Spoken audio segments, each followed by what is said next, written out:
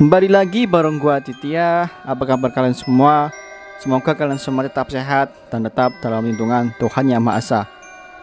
Kali ini kita akan melanjutkan lagi cerita dari Rian Nur Fajri, yaitu cerita yang berjudul 10 hari dengan makhluk halus. Tapi di video kali ini aku kasih judul Kos Angker, dimana episode pertama sudah diupload. Dan buat kalian yang belum mendengarkan episode pertama, kalian bisa klik link di atas, ataupun nanti aku taruh linknya di kolom deskripsi. Seperti apakah kelanjutan dari cerita ini? Tanpa berlama-lama, langsung saja kita masuk ke ceritanya. Terbangun pukul 9 siang. Tak apa, masih waktunya saya istirahat. Tak ada kegiatan hari ini, hanya bermalas-malasan di kasur sepanjang hari. Keluar kamar, suasana masih sama, sepi, dan semua pintu kamar tertutup rapat. Kali ini, saya berniat untuk menyapa semua penghuni kos ini. Sore nanti saya akan tunggu di bangku dekat pintu gerbang depan. Niat saya menyambut dan berkenalan dengan mereka semua. Mudah-mudahan bukan ekspresi dingin yang saya dapatkan. Sebelum itu, saya mencoba menyibukkan diri dengan menyiapkan baju-baju dan buku-buku serta alat tulis untuk kuliah besok. Saya merasa sangat bersemangat bertemu teman baru, dan mungkin saja saya akan bertemu dengan jodoh saya. Yang ditunggu-tunggu datang juga. Jam menunjukkan pukul 5 sore. Saya langsung bergegas ke depan, takut mereka semua sudah pulang. Kalau sudah pada masuk kamar, tak ada yang keluar lagi. Pintu semua tertutup rapat. Setengah jam menunggu, bete juga. Tak ada apa-apa. Saya ingin sekali berkenalan dengan mereka semua. Aneh, mungkin memang aneh. Saya tipe yang senang berkenalan dengan semua orang baru. Itu seperti memberi pengalaman baru buat saya. Untuk diketahui, bangku ini berada di dalam gedung. Jadi, saya hanya tunggu kalau ada yang lewat gerbang kosan ini. Akhirnya datang satu orang. Saya ingat ini adalah orang yang kemarin berdiri di depan kamar saya. Saya hampiri dan menyodorkan tangan ke arahnya. "Pak, saya Andri, baru di sini, Pak," ucap saya dengan senyuman. Dia menoleh ke arah saya, lalu pandangannya langsung ke arah tangan saya. "Deden," jawabnya sembari jabat tangan saya. Saya merasa tangannya sangat dingin, namun saya hiraukan. Tak sengaja juga saya lihat tangannya, tepatnya kuku Pak Deden ini. "Hitam banget," ucap saya dalam hati. Namun saya berpikir mungkin dia bekerja di bengkel, jadi wajar saja kalau kukunya hitam seperti itu.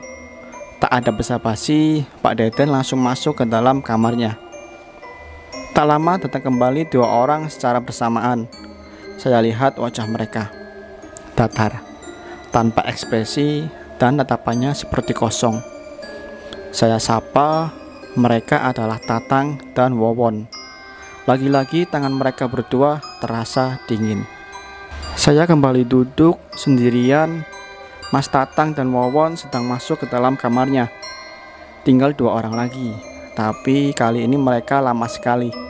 Karena jenuh, saya putuskan masuk ke dalam kamar. Lagi pula saya juga merasa gerah dan ingin mandi. Oh iya, kamar mandi di kos ini ada di luar, jadi harus bergantian dengan yang lain. Sayangnya setiap saya bangun, mereka semua sudah tak ada, jadi saya tak perlu antri. Selesai mandi, rebahkan badan di kasur, lihat jam pukul 9:30. Lagi, bau kosong kembali menyengat. Untuk kedua kalinya saya rasakan, masih penasaran juga, tapi tetap saja saya tidak menemukan sumber bau itu. Saya coba tutup pintu kamar, berharap semoga bau kosong tersebut berkurang. Namun tetap saya rasakan, ya walaupun tidak terlalu menyengat. Saya duduk menyender sebuah tembok. Tiba-tiba, tok-tok, 2 kali ketukan dari arah jendela yang mengarah ke belakang gedung. Saya tertegun terdiam seketika mendengar ketukan tersebut. Saya masih berpikir mungkin hanya perasaan saya, jadi saya hiraukan. Tok, 1 kali ketukan, namun berhasil membuat saya menoleh ke arah jendela tersebut. Gak ada apa-apa. Siapa sih iseng amat, ucap saya dalam hati. Jendela tersebut tidak saya tutup dengan kain, jadi akan langsung terlihat suasana belakang gedung. Perlahan suasana terasa menakutkan. Saya merasa ada yang memperhatikan. Merinding bukan main saya rasakan. Saya coba alihkan rasa takut dengan memainkan game di HP. Namun tetap saja masih terasa sedikit rasa was-was di dalam diri saya. Tok tok, lagi-lagi ada yang mengetuk. Oke, kali ini saya tidak bisa toleransi. Tanpa pikir panjang, saya langsung tidur dan menutup badan dengan selimut. Sekuat tenaga, saya coba untuk tidur dan memejamkan mata. Namun sulit rasanya. Ingin buka selimut namun ragu. Takut ada sesuatu yang menunggu di samping saya. Menerka-nerka seperti itu makin membuat saya merinding bukan main. Saya benar-benar takut malam itu. Ditambah bau kosong yang makin kesini makin menyengat. Untung usaha saya untuk tidur berhasil. Saya berhasil keluar dari situasi yang sangat saya takutkan. Jam 5 saya sudah bangun karena harus mengikuti orientasi di kampus, dan semua mahasiswa baru diwajibkan untuk datang pukul 6. Malas sekali rasanya. Dengan terpaksa saya bangun dan menuju kamar mandi. Saat keluar dari kamar, saya langsung memandang sekitar dan ada yang aneh. Semua pintu kamar terbuka. Namun lagi-lagi saya tidak melihat satupun manusia yang berlalu lalang di sekitar kos ini. Tahu nanti gua telat lagi, ucap saya dalam hati.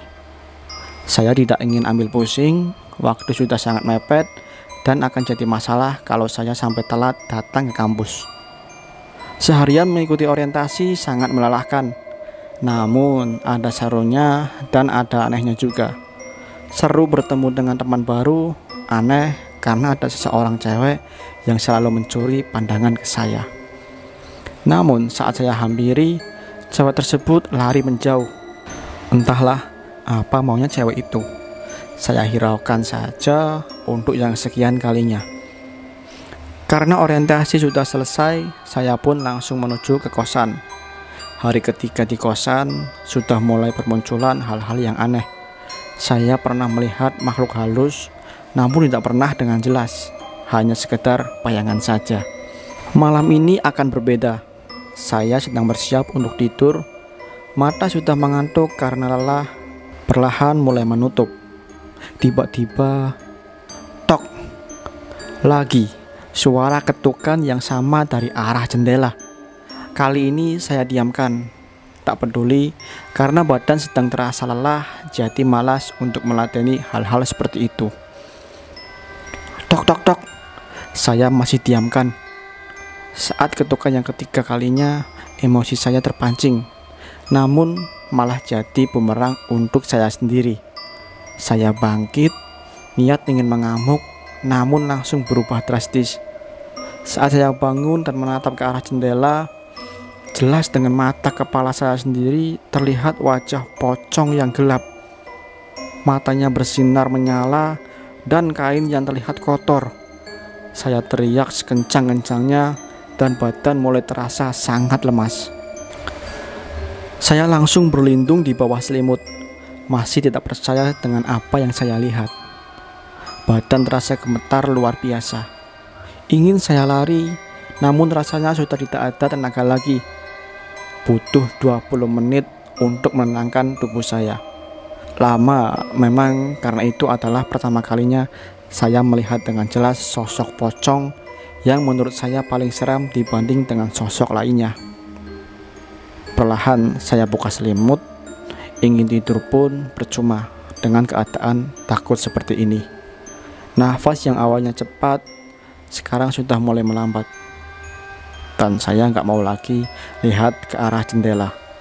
Gak peduli walaupun ada suara ketukan lagi. Untuk mengalihkan rasa takut, saya mainkan HP. TV baru akan ada besok, dan itu pun hasil dari sumbangan AB untuk saya. Sedang asik browsing, terdengar suara orang berjalan di lantai 2. Setahu saya, di kos ini hanya kami berenam penghuninya. Kamar yang ada di atas kosong, tidak ada sama sekali yang nempatin, dan juga gelap karena tidak dinyalakan lampunya oleh nenek pemilik gedung ini. Mungkin si nenek lagi bersih-bersih di atas. Coba berpikir positif agar tidak terbawa takut. 5 menit kemudian setelah langkah kaki tersebut, samar-samar kuping saya mendengar suara tangis. Suara itu berasal dari arah jendela yang berarti ada di luar. Bulu saya langsung merinding luar biasa mendengarnya. Malam-malam mendengar suara tangisan cewek di tempat yang tidak wajar pula. Tidak tahan dengan suara tangisan cewek itu, saya pun beranjak keluar. Udah feeling pasti sepi. Dan benar saja, kos ini sudah kayak kuburan saja, gak ada satupun makhluk yang berkeliaran. Saya duduk di depan kamar sambil dengerin lagu biar gak kepikiran sama itu suara tangis. Tidak lama ada suara motor masuk. Saya noleh, ternyata Mas Tatang. Saya liatin dan coba sapa dia. "Mas, baru pulang?" Dia menoleh ke arah saya, tapi tidak menjawab. Ekspresi mukanya tetap dingin. Ngelihatnya saja sudah bikin saya merinding, seperti bukan manusia pada umumnya. Dia jalan ke arah kamarnya. Saya benar-benar perhatiin gerak dia. Kebetulan kamarnya itu ada di seberang, jadi bakal kelihatan isi kamarnya kalau pintunya dibuka. Dan saat Mas Tatang buka pintu kamarnya, ada yang mengintip. Kepala melalui celah pintu, seorang anak kecil seperti senyum ke arah saya. Saya cuma bisa diam, bukan tanpa alasan, tapi karena mata anak itu menyala samar. Kamar yang gelap makin memperjelas cahaya matanya itu. Niat mau ngasih tahu Mas Tatang, tapi dia keburu udah masuk ke kamarnya dan ditutup pintunya. Jujur saya mau beranjak saat itu, tapi badan tidak bisa digerakkan sama sekali. Saya hanya bisa baca-baca doa ayat kursi. Saya memaksa mata buat menutup. Syukurlah tak lama saya bisa bergerak dan langsung kembali masuk ke kamar. Untungnya suara tangis itu sudah tak ada lagi. Hening, tak ada TV sama sekali. Cuma HP yang saya pegang. Saking heningnya, suara langkah kaki pun bisa terdengar sampai ke dalam kamar saya. Ya, lagi-lagi ada yang mengganggu. Selama setengah jam saya berusaha buat tidur, tapi susah karena kebayang tangisan dan tatapan anak kecil itu. Tiba-tiba terdengar suara minta tolong. "Tolong, panas, tolong." Suara lirih dan berasal dari depan kamar saya. Jujur, saya bukan tidak ingin menolongnya, tapi yang jadi alasan saya tidak mau bangkit dari tempat tidur adalah di kos ini tidak ada cewek sama sekali. Dan suara minta tolong itu adalah suara cewek. Kalau nenek yang punya gedung, saya hafal suaranya. Tapi yang ini bukan suara dia. Lagi-lagi suaranya terdengar. Tolong, anak saya, tolong." Selain aneh dengan suara itu, yang lebih buat saya makin yakin untuk diam adalah di sini juga tidak ada anak kecil sama sekali. Yang di kamar Mas Tatang itu, saya yakin adalah penampakan. Saya tutup telinga karena suara itu pelan tapi rasanya menusuk pendengaran saya. Kali ini selain suara minta tolong, ada suara tangisannya juga. Jantung saya rasanya mau copot malam itu. Merinding, udah gak bisa saya tahan lagi. Rasanya mau kabur, tapi saya takut saat keluar kamar akan ketemu hal-hal yang bisa bikin saya pingsan.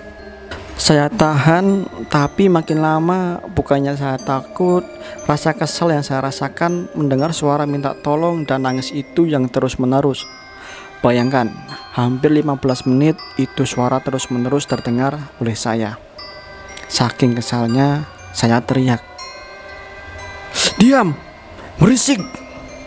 Kalian tahu, ternyata suara teriakan saya itu berhasil dan suasana langsung berhasil hening. Entah mereka paham dengan bahasa saya atau apa, suara minta tolong dan tangisan itu langsung berhenti. Saya kembali sedikit tenang, saya baca doa dan coba untuk tidur. Mungkin karena sudah mengantuk, jadi cepat terlelapnya. Hari ini adalah hari keempat saya berada di kosan. Seharian di kampus buat saya sedikit lupa dengan kejadian di kos. Tapi saat sudah waktunya pulang, bayangan-bayangan itu kembali menghantui. Ini buat saya malas balik ke kosan. Tapi saya bingung mau kemana juga. Mau ke rumah AB, kayaknya saya sudah cukup nyusahin dia pas baru sampai di sini. Mau nongkrong, gak ada temen. Terpaksa balik ke kosan, jalan satu-satunya. Jam sudah menunjukkan pukul 5:30. Sudah memasuki waktu maghrib. Saya pesan Gojek. 10 menit kemudian drivernya datang. Sesuai lokasi ya Kang? Iya Mas, sesuai. Setengah jam perjalanan, sampailah di tikungan yang mengarah ke kosan saya. Belok kiri arah kosan, lalu lurus ke arah perumahan warga. Di tikungan inilah saya berdebat dengan drivernya karena dia berhenti mendadak. Loh Mas, kenapa berhenti? Tanya saya yang heran. Gak apa-apa Kang, sampai di sini aja ya Kang. Jawab dengan ekspresi memelas. Yah Mas, dikit lagi kosan saya itu. Jawab saya sembari menunjuk ke arah kosan. Duh Kang, sumpah. Sampai di sini aja ya Kang. Kali ini wajahnya mulai pucat. Karena saya gak mau berdebat terus-menerus, terpaksa saya turun di situ dan melanjutkan dengan jalan kaki. Memang tidak jauh, hanya 300 meter kira-kira langsung sampai di depan kosan saya. Sudah gelap, kanan kiri ilalang dan semak-semak, bikin bulu merinding tidak karuan. Berharap ada salah satu penghuni kosan yang lewat agar bisa bareng, tapi harapan tinggal harap, gak ada sama sekali yang lewat. Sepanjang jalan itu pun saya selalu menunduk dan baca-baca doa supaya nggak lihat yang aneh-aneh. Dan sepanjang jalan itu pun saya merinding tidak karuan. Rasanya seperti di ruang yang penuh dengan makhluk halus. Kira-kira 100 meter sampai di kosan, pandangan saya mengarah ke gedung. Entah kenapa rasanya jauh sekali. Tapi lagi-lagi aneh. Saya rasa melihat ke sana ada beberapa orang yang berlarian keluar dari arah dalam kos saya. Dan yang lebih anehnya lagi, orang-orang yang keluar dari kos itu tidak ada satupun yang saya kenal. Jumlahnya pun ada sekitar 7-10 orang. Mereka semua berlari ke arah saya yang terpaku kebingungan.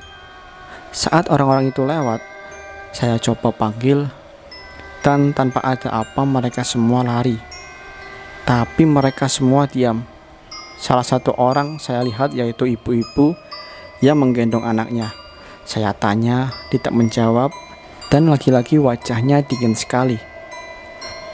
Mereka berlari seakan tidak menganggap ada saya di situ. Bahkan sekedar memberitahu saja tidak sama sekali. Karena penasaran, saya pun langsung berlari ke arah kosan. Lalu saat sampai di depan, saya terdiam. Terdiam karena ternyata tidak ada apa-apa. Seperti biasanya, saya langsung menoleh ke arah orang-orang yang berlarian tadi, dan mereka tidak ada sama sekali. Sepanjang jalan itu kosong, gelap. Mereka semua seakan hilang begitu saja. Cerita tentang gedung kos ini masih akan tetap berlanjut. Jika kalian suka dengan cerita ini, kalian bisa klik like di bawah. Jangan lupa untuk klik tombol subscribe dan aktifkan juga loncengnya agar kalian tidak ketinggalan ketika channel ini upload video baru. Seperti apakah kelanjutan ceritanya? Nantikan besok. Dimanapun kita berada, sudah sepatutnya kita saling menghormati dan tidak mengganggu satu sama lain. Jaga perkataan, jaga perbuatan. Sampai jumpa di video berikutnya.